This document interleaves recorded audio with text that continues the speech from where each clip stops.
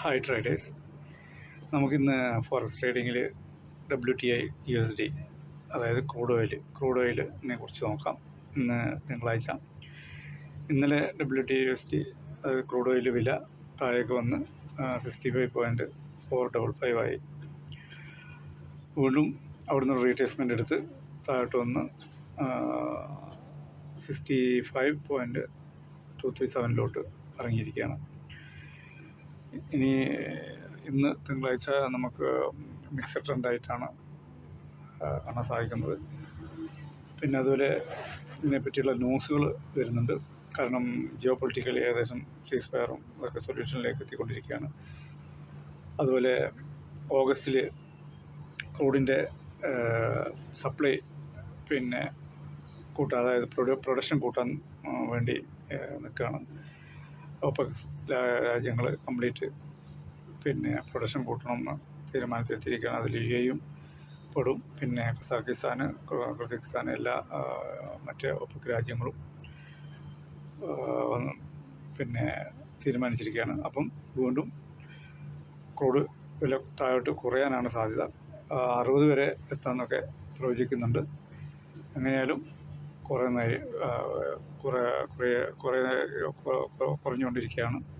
അത് കുറയാനാണ് സാധ്യത.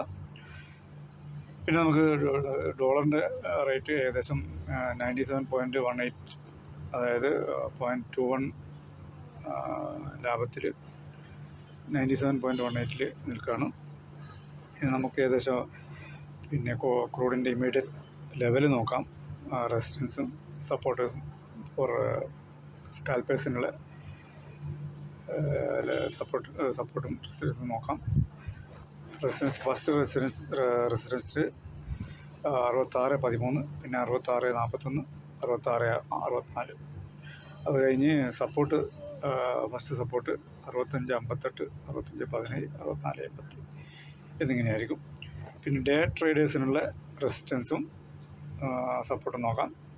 First resistance 64.64, പിന്നെ സെക്കൻഡ് 67.09, പിന്നെ 67.54. അങ്ങനെയാണ് പോകുന്നത്. അതുപോലെ സപ്പോർട്ട് 64.87, 64.18, 63.79 ഇങ്ങനെയായിരിക്കും. അത് താഴോട്ട് വരാൻ തന്നെ സാധ്യത. അതിപ്പോൾ തിങ്കളാഴ്ച തന്നെ വരണമെന്നില്ല. നെക്സ്റ്റ് വീക്കിൽ താഴോട്ട് വന്നുകൊണ്ടിരിക്കും. ചിലപ്പോൾ കാരണം ഒരു റീട്രേസ്മെൻ്റ് എടുത്ത് മേലെ പോയിട്ട് പിന്നെ റീട്രേസ്മെൻ്റ് മേലോട്ട് പോയിട്ട് താഴോട്ട് ഇറങ്ങി വരാനാണ് സാധ്യത. കാരണം ഇപ്പം ട്രെൻഡ് പറയുകയാണെങ്കിൽ ഇപ്പം നാളെയോ മറ്റന്നാളൊക്കെ മിക്സഡ് ട്രെൻഡായിരിക്കും. പക്ഷേ ഒരു ബിയർ ട്രെൻഡാണ് പ്രതീക്ഷിക്കേണ്ടത്, പ്രത്യേകിച്ച് ഓഗസ്റ്റിൽ ഈ പ്രഖ്യാപനം കൂടി വരുമ്പോൾ. അപ്പോൾ ഇന്ന് ക്രൂഡ് ഓയിലിനെ പറ്റി ഇത്രയേ നമുക്ക്